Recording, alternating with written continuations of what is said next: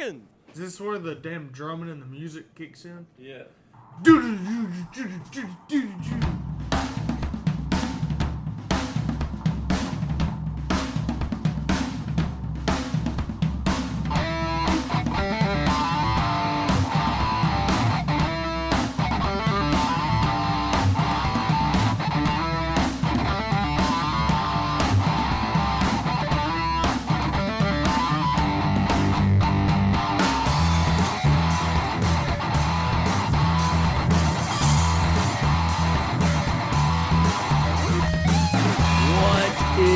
Going on, everybody? Hello and welcome back.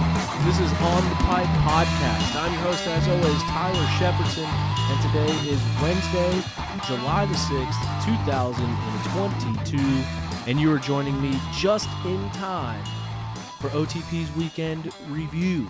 Now, I know we went on a little bit of hiatus, so I very much appreciate that you are back here with us and back here listening to On the Pipe Podcast. There's a lot to talk about on tonight's episode. We got Snowshoe GNCC that happened.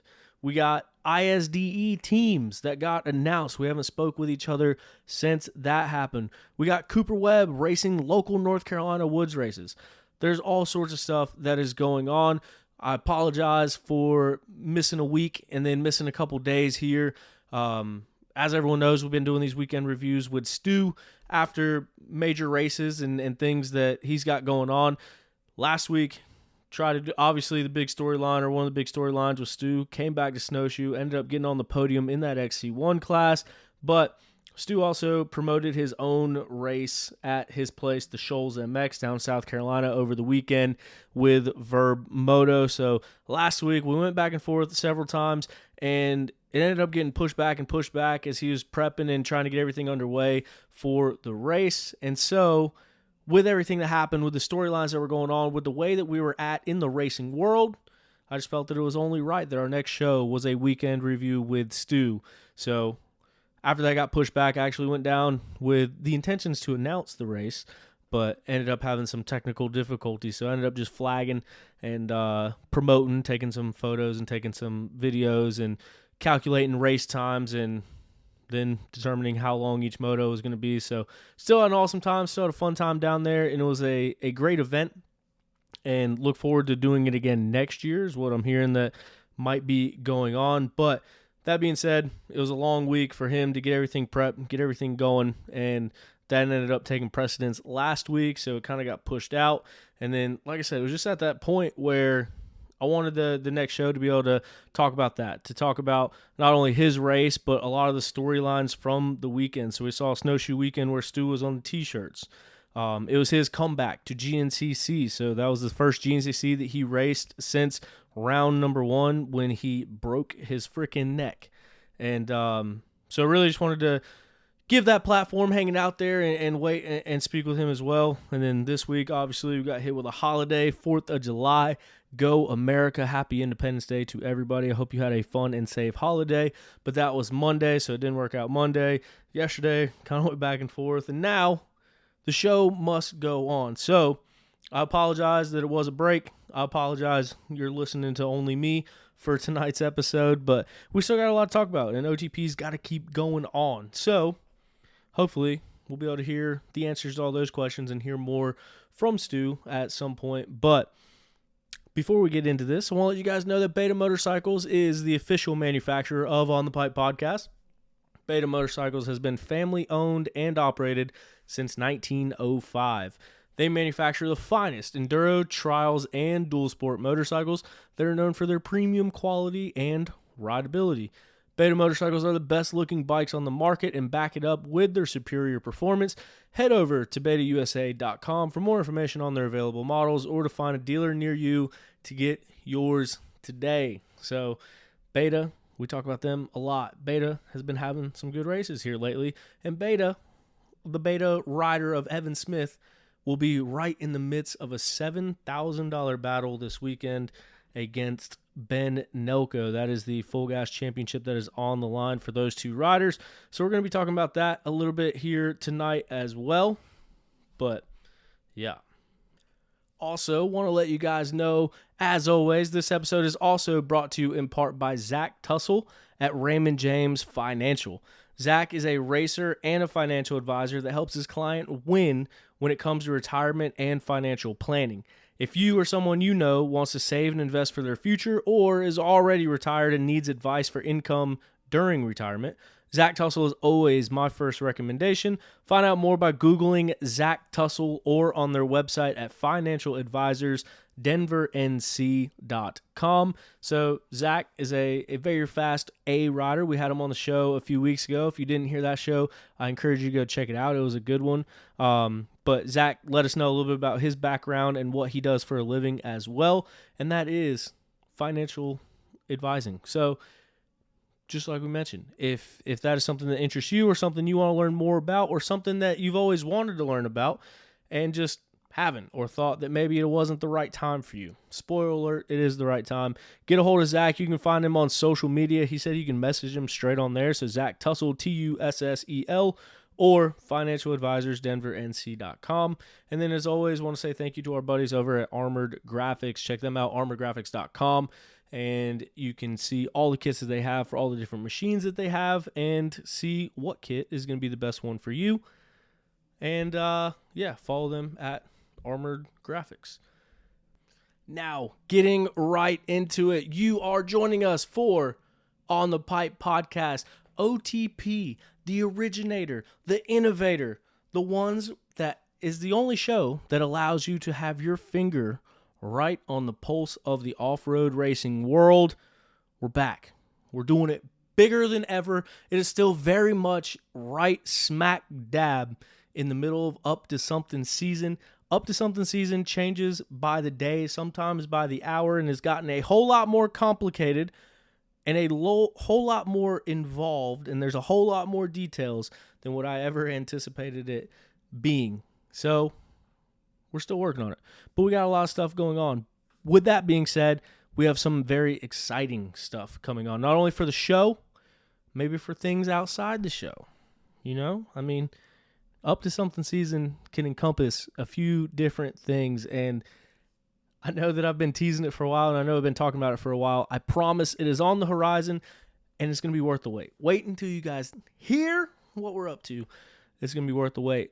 One thing that I do want to talk about, as I mentioned, right here on the pulse of the off-road racing world. Kind of started this thing up in a completely different format than what we do now. We started off with long-term conversations, long-term interviews. We had some of our buddies come over. We had some business owners come over. We had some team managers come over, and it kind of transitioned into what it is now, where it's more of what is going on right now, what is in the news. We talk to riders. We bring them interviews. So there are, we are often imitated but never duplicated. I'm trying to pick that back up. We're trying to hit the ground running, pick everything back up, and but yeah, it's been a tough transition, so I appreciate you guys bearing with me. I mean it from the bottom of my heart. I know that I sound like I'm beating a dead horse or like a broken record. I know I talk about it a lot, but I couldn't be any more thankful for everyone that listens to and supports this show. I promise it's going to be worthwhile. This thing is about to take off. It's about to go through the roof, and I couldn't be any more excited. That being said, this coming August, we're just a couple weeks away. Well, 3 weeks, 4 weeks, 3.5, whatever the case. We're a few weeks away from August. Now, August signifies that in 2017, the very first episode of On the Pipe Podcast was recorded. And that means this coming August, it will be 5 years that OTP has been around. And I never would have imagined that it got to the point that it is at now. I'm honestly humbled, and I appreciate each and every single one of you. It was so cool. Like, there's been times where I wanted to walk away from this thing, hang it all up, go back, get a real job, and just continue on with some other life and financial goals that I have. But it's races like Snowshoe, and I don't want to say just Snowshoe because this happens at more and more races. Actually, it happens at every race. It happens more and more frequently at races here lately as the show has been growing. But Snowshoe was just such a humbling and awesome experience for me to hear how many of you people came up to me, talked to me, said that you liked the show, said that you enjoy listening, said keep up the good work. The people that have reached out to me over this past week, like, hey, where's the show at? We're dying for OTP. We need some stuff going on. But it just seemed like everywhere I went at Snowshoe, people, I mean, it was unreal. People were asking for pictures. People were talking to me about the show. People were getting T-shirts. It blows my mind that we've made it to this point. And so all the times that I kind of get down about it and all the times I kind of get in my head about what I'm doing and does anybody want to hear what I have to say? Do I have any credibility to say the things that I say? There's a lot of stuff that goes into this, and there's a lot of times where I just kind of want to tuck my tail and run and fall off the face of the earth. And then when I'm in that mood and when I'm in that mindset, it's hard to come out and do something like this, speaking in a public forum. It's even harder to reach out to riders and have a 20-minute conversation with them on the phone. So that's why we've kind of, and by we, I mean I, kind of backed off the regular OTP Tuesday shows where we're having guests on. And it's not because people are saying no. I have people saying yes. I've asked several people to come on. They say yes. And people have asked me to come on. And we've set it up, and then I just don't follow through with it. And that's a big part of it. And I don't know. It's easy to come on here and make excuses, but that's the main thing. I don't want there to be an excuse. It's like I said, sometimes I just get in my own head and kind of get down about things, and I don't know what that makes me sound like, but that's just the truth. And so there's been a lot of times where I just haven't had it in me to have those conversations, to reach out, and I apologize to you all for that. I want to get back into doing that, and I think that we're taking steps in the right direction. I think once everything else falls into place, it's going to make it a lot easier too. But that's the thing, like the weekend reviews with Stu. Stu and I are good buddies, and so it's easy to be able to talk to him and be able to get those shows out. And then in my mind, I'm like, hey, we're getting that show out. That's got to count for something. But we need to pick it up. We need to do more. We need to keep building on what this show has established. I want this to be the place where you find out everything that's going on. You find out who's changing teams, what's going on as far as, I don't want to say gossip, but what's going on behind the scenes, hear directly from the riders, hear the questions that you don't hear anybody else ask the riders. That's the goal, that's the intention, and that's what we're working back towards. So all of that to say, I can't believe 5 years later, this is where we are at. I can't believe 5 years later that everyone is still listening to OTP, and I could not be any more grateful and any more thankful for you all for doing that. So in these times, just know that it's eating me alive not doing a show. It's eating me alive not doing all the shows that we could be doing. It's eating me alive to not put out a show every single day of the week. But bear with me. I appreciate your understanding. Or maybe you don't understand. Maybe you think I don't know. I don't know what you think. But thank you for being here. Thank you for coming back. And thank you for listening to OTP. Didn't really plan that rant. Hopefully some of it made sense. Hopefully I got my point across, or you could at least see where I was coming from to some extent. But I did just want to give a brief update on some of that and what's going on. So thank you to each and every single one of you that support the show, that come up to me at the races, because anytime that I've ever thought about not doing the show, it's times, like I said, like at Snowshoe, where I'm getting so many people reaching out and talking about it that makes me want to keep going forward. So we're here.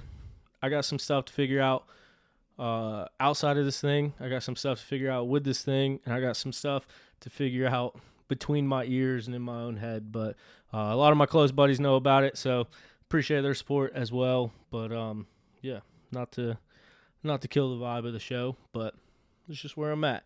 Snowshoe GNCC, a lot going on. Jordan Ashburn. Is Jordan Ashburn the most underrated rider on a dirt bike in today's world? I believe yes. I think Jordan Ashburn is by far the most underrated rider that we have seen, not only GNCC, but on a dirt bike. He got his first ever GNCC overall win, which still blows my mind. It blows my mind that Jordan Ashburn, that was his first win, because Jordan Ashburn is a guy that, especially over the past several years, we talk about him all the time. He's right there. He's on the podium. He's challenging for wins. He's winning races and getting cleaned out at the last turn in a race. I mean, he's leading races and has a bike malfunction. He's leading races and has a mechanical letdown. Jordan Ashburn has been a guy that has been the epitome of consistency. Whenever everything holds up and whenever he's there, he's always at the front. He's a podium guy. He's gone back-to-back third place in points, and now he grabs the white plate. Next time we will see Jordan Ashburn, he will have a white number plate on his bike. And just seeing the emotions that went through him at the win, because it was kind of a little bit of a weird win because of the time adjustment and the way that things happen. So when he first came through, you can't really celebrate because you don't know. You don't know if you won. You had Ricky, who was on another line that was very close in second place. You had Stu that was on another line that wasn't very, I mean, I think he was 2 minutes away, but I was speaking with Chris Landers, or maybe it was Ryan. It was some of the Magna 1 guys, and we were sitting there waiting, and I said, well, it was a 25-second adjustment of when Jordan took off versus when Stu took off. I was like, so after 25 seconds, if Stu's not there, you guys should know, right? And they were like, or I was like, he was 2 minutes away, so you should be good, right? And they're like, you never know. Like with Stu, you never know. He can wick it up and put on a charge that last lap. And so it was just kind of an interesting way to get your first win, because you come through the scoring line and you don't really know. You don't really know what's going on. And then there's kind of a delayed reaction. I think that's when the clock ran out, and that's when they were doing the calculating, or maybe that was when Ricky Russell's time came in and the time adjustment showed that Ricky Russell was only 1.4 seconds behind Jordan Ashburn. So physically, it didn't matter. It came down to the clock. But whatever the case, it was a delayed reaction. All of a sudden, you see the team erupt. Everyone starts cheering. Everyone starts going crazy. Jordan Ashburn had to have been the happiest person on the mountain in that moment. And I couldn't be happier for him. If you've met Jordan Ashburn, if you've talked to him at the races, if you talked to his wife or his dad or anybody, you'd be hard-pressed to find nicer people. And it's cool to see Jordan Ashburn get the success, to get that first win, and now get the points lead. A few weeks ago, we talked about how close the points battle was when Ben Kelly went out with an injury, and Jordan Ashburn and Trevor Bollinger were the two that were right there in striking distance to take over that points lead. Jordan goes 3-3, and he's sitting in second place in points still, and going into this weekend, he had to finish second or win to take over the points lead, and he did just that. He went out there when it mattered, and he took the win, and now he sits in the points lead. He will have the white plate. He has 187 points. Ben Kelly has 180 points, and then Trevor Bollinger back with 148, with his teammate Craig DeLong inching right up on him with 143. So Jordan Ashburn took advantage of this situation. He goes out, gets the win, gets the points lead. And so now next time we go GNCC racing, I believe it'll be in Beckley, West Virginia. It will be 17 weeks after a compound tib-fib fracture of Ben Kelly, who sits second place in points, with Jordan Ashburn with a 7-point lead to maintain throughout the rest of the season. This championship is far from over. Haven't really got too many updates on Ben Kelly as far as how everything's going. I'll just leave it at that.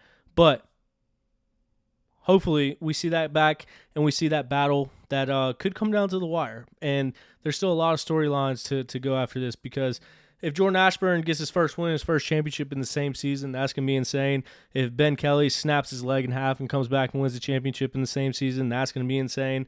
So not only that, you have so many top guys in that XC1 class that have missed races. And so now they're out of the points, but that doesn't make them try any less hard, because now they're going after win bonuses. So you got to think, a guy like Jordan Ashburn knows that the championship is on the line. A guy like Ben Kelly knows that the championship is on the line. A guy like Josh Strang, a guy like Ricky Russell, a guy like Johnny Gerard, these guys have missed so many races this year that they're mathematically eliminated from getting the championship. And it sucks to say that, but it's just the truth. And so now, if Jordan Ashburn is hanging back in third place, second place, and there's a gap up to those leaders, he is going to sit back and say, all right, let's maintain this, let's get good, valuable points, and let's move on and regroup.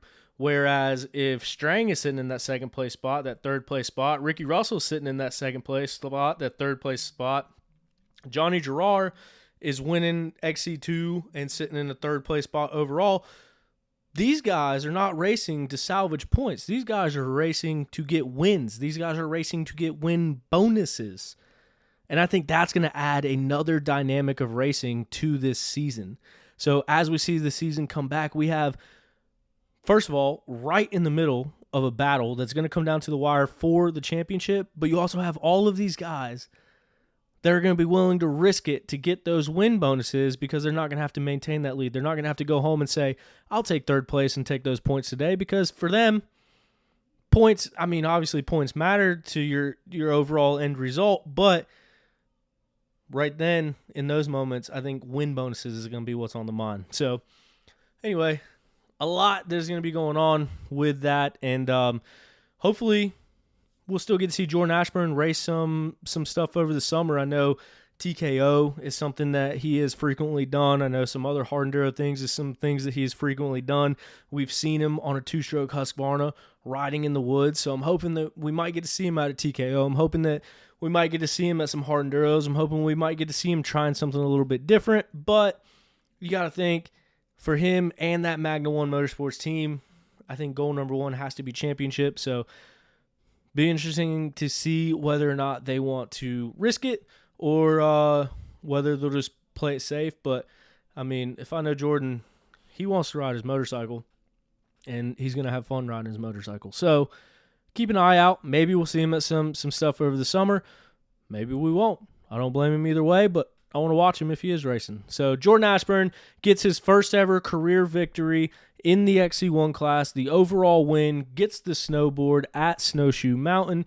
Ricky Russell, coming off of a win just before Snowshoe, ends up 1.4 seconds down in second place. Less than a second half away from 2 straight wins was Ricky Russell. Got to speak with him a good bit after the race. I know he was kind of bummed to fall just shy of that, especially with everything that he's been through and everything that it took to get back to this point. So I think he's going to be fueled up, and I think he's going to be amped up and ready to go into the second half of the season as well. In that third place spot overall, you had Johnny Gerard, who grabbed the XC2 win, good enough for third place overall, but third place in that XC1 class, it was Stu Baylor that got it done. So, as I mentioned, hopefully we'll have him on, and we can talk about his race and talk about that picture of him sitting beside the podium, because it was an awesome picture. And Mac Faint took one, Ken Hill took one, but you can see him just contemplating, and I just want to know the things that were going through his mind in that moment, because the things that he went through to get to that point, I'm sure just had to be overwhelming at that time. Likewise, with Johnny Gerard broke his pelvis at the first round. He's had a recovery that he's had to come back from and get to this point. This was his return back to GNCC racing. And oh, by the way, he wins XC2 with the number 1 plate. It was kind of weird to see the number 1 plate back out there again. But he goes out there, gets the win. Not only gets the win, gets third place overall. The first place Johnny Gerard got a pro podium at a GNCC was at Snowshoe in the XC2 class on a Suzuki. And now he comes back fresh off an injury and gets third place overall. So an overall podium at Snowshoe Mountain. So pumped for Johnny. And that's just a whole nother story. As we mentioned, we broke his pelvis at the first round. He has came back and raced 4 races since then, and he has won all of them. He came back and raced a sprint enduro. I don't even think most people knew he was racing it. He showed up and won the damn thing. Goes to another sprint enduro. Going into the final test, he had to win it. Or I think he was actually up. And Josh Toth put it to him on that last test and almost took it from him, and he won by 0.3 of a second. So his second sprint enduro, he won it by less than half of a second. Snowshoe, we saw him go up there and take the XC2 win and third place overall. And then this past weekend, he was at the Verb Shred Tour down at the Shoals, Stu Baylor's race, and he won that one. And oh, hey, by the way, he's about to have a kid this week. I think he told me his due date is this Friday. It's either this Thursday or this Friday. It's coming up. So when I announced him as the winner this past weekend, I was like, hey, this is your last pro win as not a father. From here on out, you'll be a father. But how cool is that? Johnny Gerard comes back in the same season that he breaks his pelvis and wins 4 straight races. So enters a race 4 straight weekends and takes the win in all 4 of them. I think there was actually a weekend off in between there for the last GNCC before Snowshoe. But nevertheless, very impressive stuff by Johnny Gerard. Rui Barbosa ends up in the number 2 spot in the XC2 class at Snowshoe, and teammate Cody Barnes grabs another podium with that 3rd place finish in the XC2 class. So pretty cool to see those boys both on the podium, both on that Phoenix Racing Honda team, and I'm sure it was cool for them to share the podium with each other. As we look down at our XC3 class, Brody Johnson went out there and got the win at Snowshoe. I think that championship battle is going to be one to watch between Brody Johnson and Zach Hayes. Zach Hayes gets 2nd place on the mountain up there at Snowshoe. And then Jay Lipscomb on that Beta Factory Racing team ends up with his first podium of the year in that 3rd place spot. So that was cool to see. He was stoked with that. Mike DeLosa was the top AM on the day. And then in our morning race, it got cut a lap short. So they cut I think the race time for the winner was 1 hour and 30 minutes. So it did get cut a little bit early, but Rachel Archer still managed to win by like 7 or 8 minutes, even with 1 less lap. So Rachel Archer could not be any more stoked to get back in the win column. And that was cool to see her bounce back and get there. Shelby Turner grabs 2nd place on the day for a career best finish at a GNCC in that number 2 spot. And then Corey Steed will round out your women's pro class podium. That is a class that is going to be very tight for the rest of the year as well. I think those top 5 girls are right next to each other. And then you got 2 or 3 just beyond that are coming into their own and will be right there very soon. So the WXC class is so much fun to watch. There's so much to it, and the level that they have came to, the level that they have all pushed themselves to is absolutely insane. And Rachel Goodish actually brought up a really good point as she was talking through the whole thing. She put out a post after the last race, just kind of detailing about what was going on in her race, and it kind of brought up a lot of discussion that I saw. So she was talking about running in the morning race with all the C-Class riders, all the amateur riders. To quote her, she said, "I'm going to be a matter of fact here. The WXC class competes in the amateur race. No place for a pro class. A decade ago, that's where we belong. Now our speeds are on par with the average male A rider. And that's no longer true. A pro rider trying to make a living should not have that jeopardized by having to dodge 600 riders that consists of many legitimate racers I respect, but also people in cowboy boots with no visors, riders who have often been up partying until 2 a.m. that morning, and sometimes even grown men on pit bikes."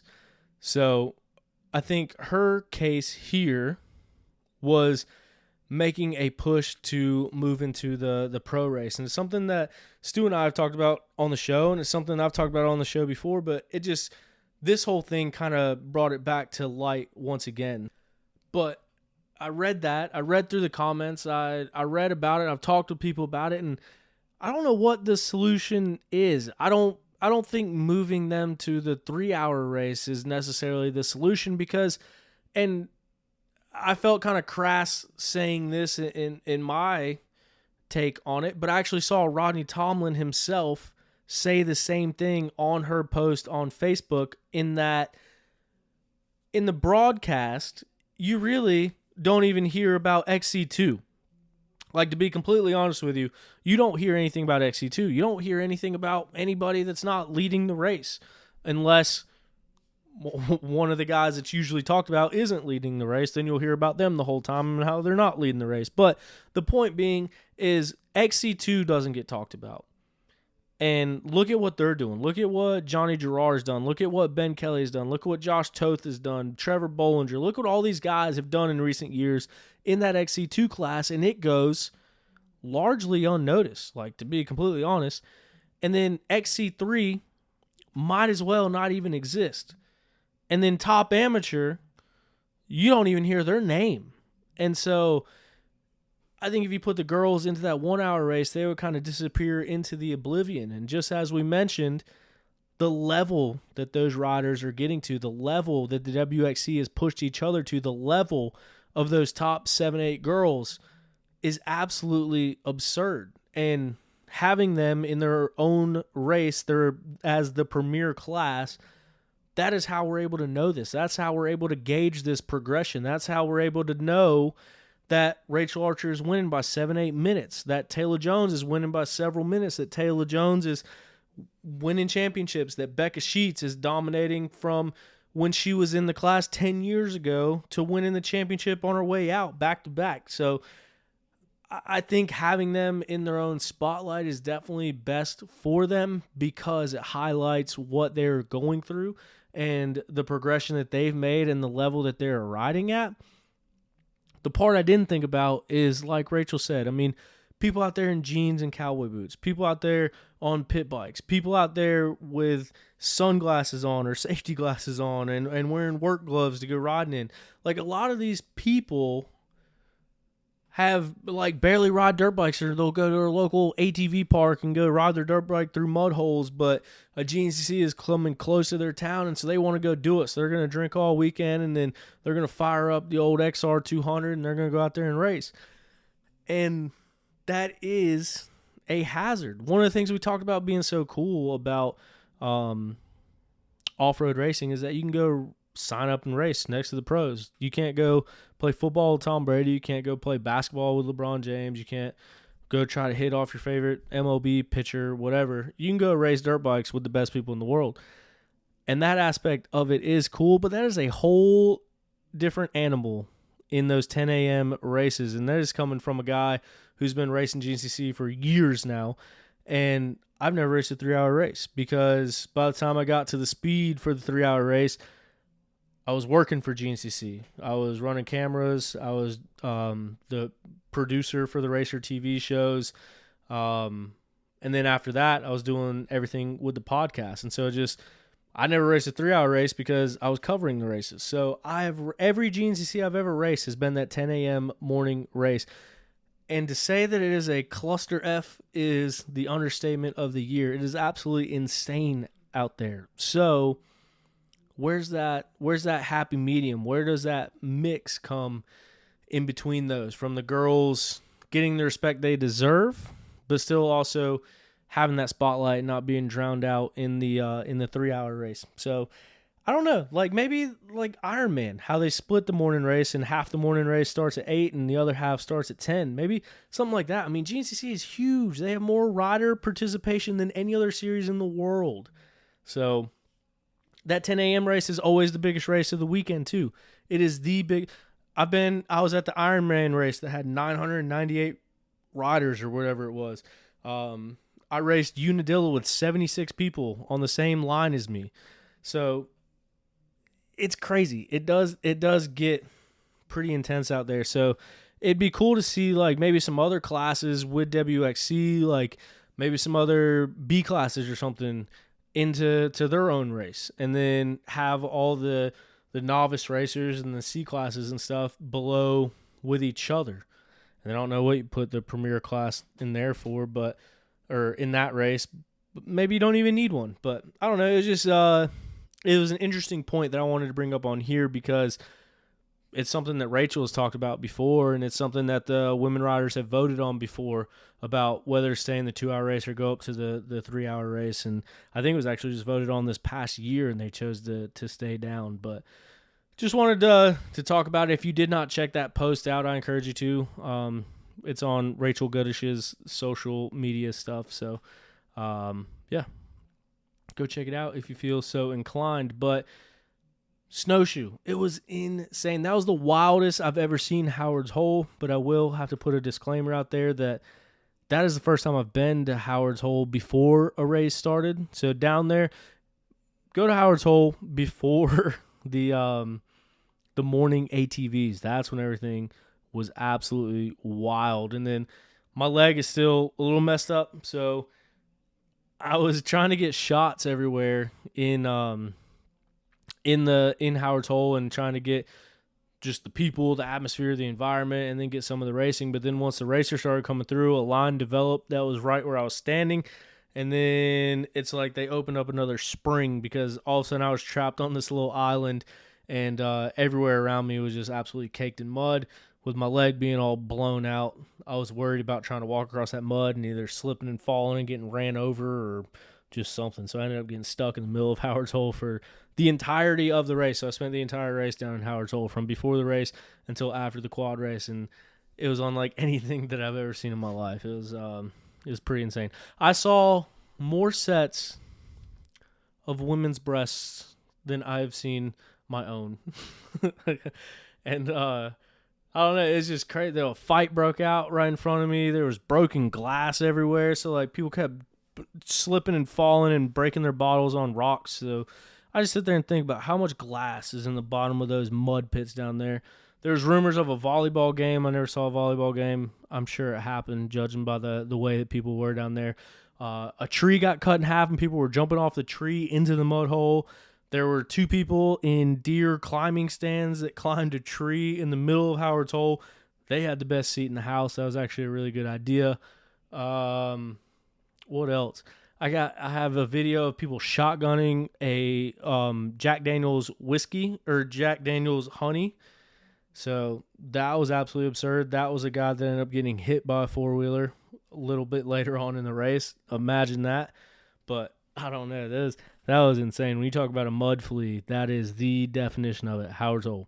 So it was cool that Howard's Hole got freed. Definitely not as rowdy on Sundays. So for the bikes, I think everybody's partied out at that point, and nobody wants to walk back down there again. Everyone's tired from Saturday because going through there Saturday versus Sunday is absolutely unreal. Completely different things. But yeah. That was Snowshoe in a nutshell. It was a blast. I had an awesome time. My day on Sunday went to complete crap. So I did film a bunch of stuff. I am going to put some YouTube videos out tomorrow. So look for that on Thursday of this week. That'll be the 7th. But I did get some footage from Snowshoe. Problem is I miscalculated how quickly I could make it to a different part of the track. It ended up taking me longer to get there, and then I missed the riders, so then I had to wait there for another lap, so I effectively missed an entire lap there, and then I lost where everyone else was going, and basically my day turned to crap. I didn't really get much footage. I got the footage that I did get is from roughly the same spots.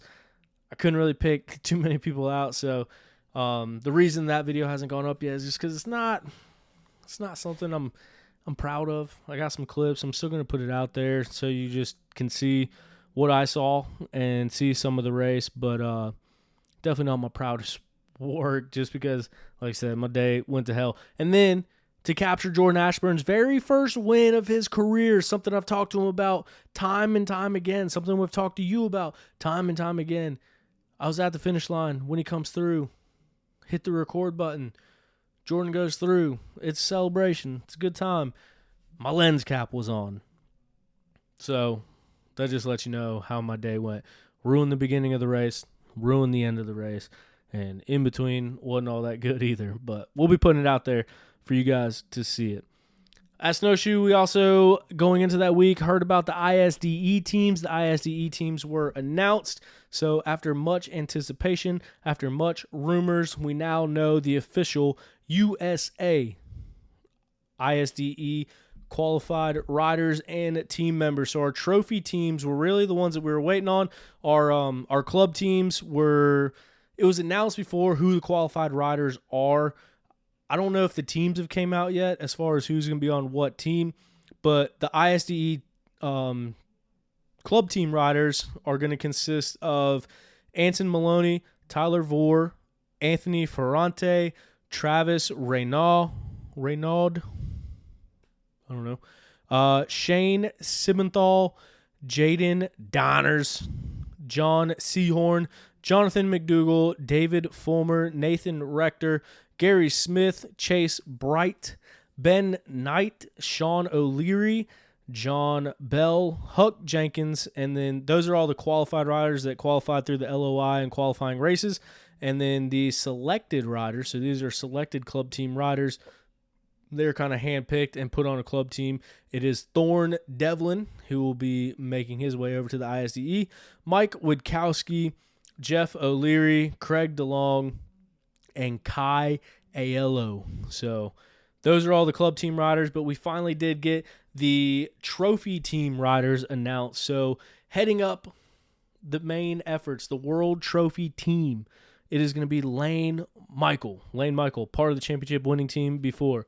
Dante Oliveira, who swept everyone's attention last year at the ISDE. He is on the World Trophy team, going out there trying to win gold. And then once again, Caleb Russell. That was one of the big ones who he's kind of alluded to it. Auntie kind of alluded to it. Now we know for sure, confirmed, Caleb Russell will be on that World Trophy team. He was on that winning World Trophy team as well. And just speaking with Caleb personally, one of the biggest things that he wanted in his career to be able to cap it off and kind of end things was an ISDE overall. So even when he made his retirement from GNCC, the plan was still to race sprint enduros and to still race the ISDE, because I know that is a trophy that he wants on his shelf for sure as an ISDE overall. He has been there to watch Ryan Sipes win it and been there to watch Taylor Robert win it. Caleb Russell wants one of his own, so super pumped to see him back out there on that ISDE team. And then Josh Toth will be the fourth and final member of the World Trophy team. So that is definitely going to be one to watch. Now, every year at the ISDE, in the World Trophy team, there's 4 riders from each country, and the top 3 riders count. So one score gets dropped each day. We have a heavy-hitting lineup of who is going to count their scores, and even whoever is not going to count their scores are still going to be right up there in the mix as well. So, solid World Trophy team. We look to our junior trophy team. We got Cody Barnes, who's fresh off of a Sprint Enduro championship.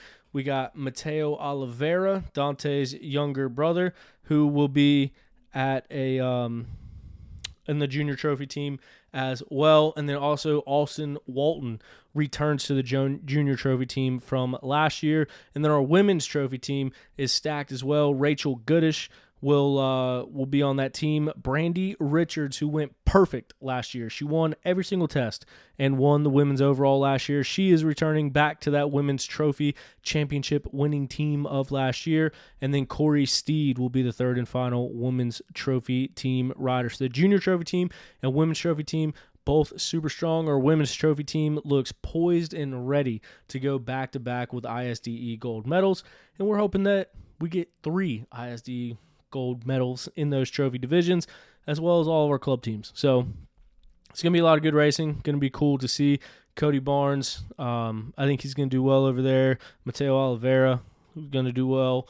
And then Austin Walton, he's going to do well as well. So it's going to be cool. Can't wait to watch. I'm going to do everything I can to get over there. So I'm kind of planning that out in this whole thing. So if anybody is looking for media guys, video guys, photo guys, if you were involved in the ISDE, let me know. I would love to go over there and shoot some stuff and report some media back. I know there's a lot of sponsors. I know there's a lot of team. I know there's a lot of effort that goes into the ISDE. So, like I said, my plan is to go over there. So if there's any way that I could make that trip a little bit easier on myself and get some client work to do while I'm over there, every little bit would help. So just throwing that one out there. What else? So there's a J-Day coming up at the end of the month. I think I'm going to go to that. I posted something on the OTP socials today about it. I've never gotten more replies to anything I've ever posted on my story than posting about going to the J-Day at the end of this month. So now I think I have to. It is 16 hours. It's a 16-hour drive to make it to this J-Day. But Like I said, everyone is telling me this is the one to go to. Everyone is telling me that it is the Snowshoe of J-Day. And so I think it's going to be cool. They have a best whip contest on Saturday. It's a double-headed event, and it's in Minnow, Maine. And, oh, hey, by the way, two-time Supercross champion Cooper Webb is going to go up there and race as well. So I think that is where I'll be July 30th and 31st. So I'm probably going to make like a whole trip of it. Go up there and do some riding, bring my bike with me. I want to stop in New York City. Never been there. Philly is on the way. Boston is on the way. So I'm going to be up in that area, all you New England rippers. So if anybody's got some cool spots to show me, let me know. I'm going to have my bike, and I'm going to be wanting to have a good time. And I'm definitely not driving 16 hours straight in any direction. So I'm going to make some pit stops along the way. So if you want to rip and you're up in the New England area, let me know. And if not, I'll see you at the J-Day where I'll be ripping anyway. Cooper Webb, I think it's really cool what he's doing. He kind of took the summer off from pro motocross, and now he's just kind of on a having fun tour. I've seen him everywhere. We've seen him at local races. We've seen him at local motocross tracks here in North Carolina. He's been out at the Aussie compound training and riding with them. He showed up at a local hair scramble. So a local hair scramble, Cooper Webb just shows up, which I thought was awesome. And not only that, Cooper Webb got beat by a teenager.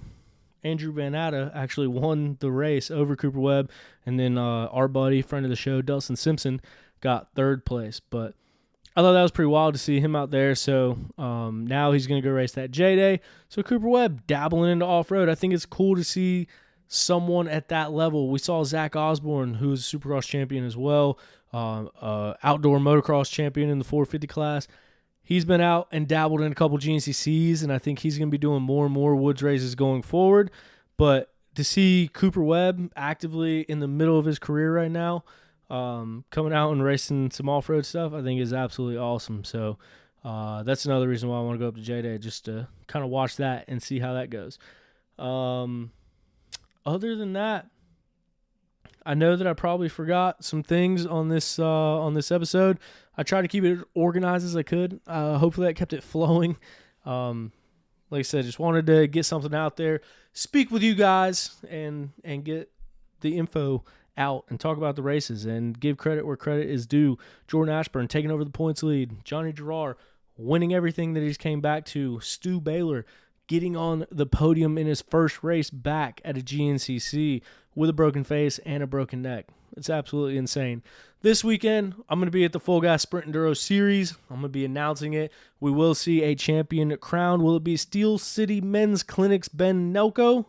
Or will it be Beta Factory Racing Beta's Evan Smith? Either way, Josh Koscheck, boy, you might want to find another part-time job or something, because this weekend there will be $19,575 handed out to pro riders at the Full Gas Sprint Enduro Series.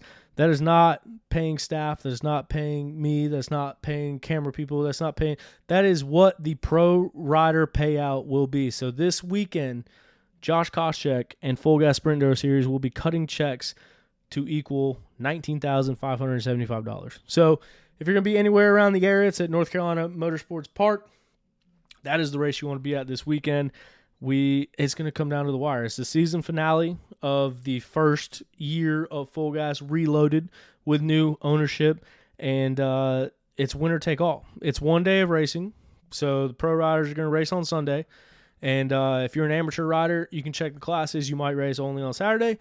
You might race only on Sunday, depending on what class you race, but that pro battle is going to be one to look out for. Also, the Pro-Am Championship is still up in the air. It's still up for grabs.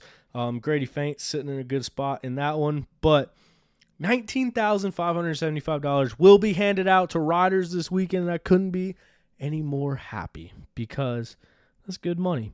But thank you so much for listening to me. Thank you so much for dealing with my rant at the beginning of this thing. Hope I didn't come across in a wrong way when I did that, but really means a lot to me that you all listen to the show. It really means a lot to me that 5 years later we're still doing this. So we got to come up with something cool cool to do for our 5-year anniversary. Until then, we're going to be pumping out some shows. Off season is coming up. I got a lot of ground to make up, a lot of stuff to do. So I don't intend on taking the off season off. I think there's still a lot that we can cover up and talk about and get people on and chat with them. So plan to keep it all coming out throughout that. As I mentioned, I'm going to put some videos out on YouTube, so be on the lookout for that. If you're not subscribed on our YouTube channel, please subscribe. That's how you'll be able to see them. Also, all of these shows, the audio gets uploaded to YouTube. I think I'm on the verge of figuring out how to do everything on video, so we'll be switching to that here soon. And as always, be a friend, tell a friend, and thank you so much for listening to On the Pipe Podcast. We will talk to you next time.